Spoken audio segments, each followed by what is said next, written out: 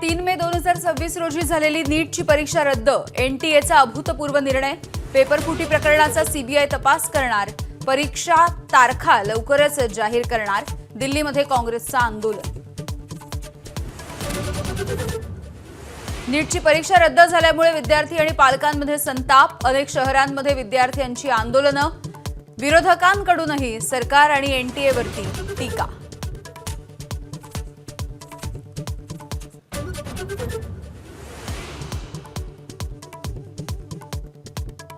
महाराष्ट्रामध्ये पंतप्रधान मोदींच्या आवाहनाची अंमलबजावणी सुरू.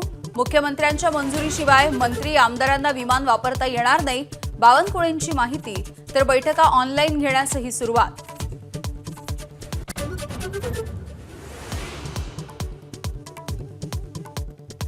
पंतप्रधानांच्या काटकसरीच्या आवाहनावरती शरद पवार आणि राज ठाकरेंचा हल्लाबोल. संवेदनशीलता बाळगा, सर्वपक्षीय बैठक बोलवा, पवारांचे टोले. काटकसर स्वतःपासून सुरू करा, राज ठाकरेंचा सल्ला.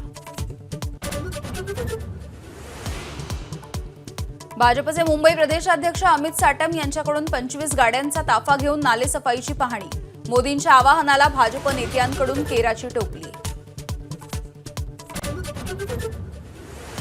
मध्य प्रदेशात पंतप्रधान मोदींच्या आवाहनाला भाजप नेत्यांकडून केराची टोपली.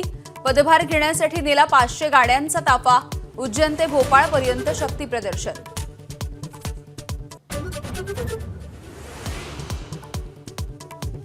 राष्ट्रवादीच्या पदाधिकाऱ्यांच्या नियुक्तीवरून पक्षामध्ये गोंधळ. सोशल मीडियावरती फिरणारी यादी ही कारकुनाची चूक. सुनेत्रा पवार यांचं स्पष्टीकरण. तर पार्थ पवारांचं 2 नेत्यांसोबतचं शीतयुद्ध सुरू असल्याची चर्चा.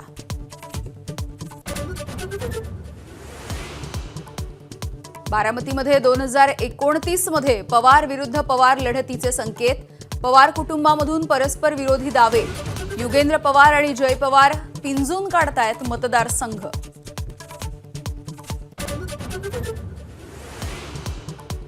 राष्ट्रीय महिला आयोगाचा निदा खानच्या संदर्भात धक्कादायक अहवाल. निदा खाननं केलेल्या छळाचा विस्तृत उल्लेख. धर्मांतर प्रकरणामध्ये निदा खानची देखील होती महत्वाची भूमिका, अहवालामध्ये नमूद. एबीपी माझा, उघडा डोळे बघा नीट.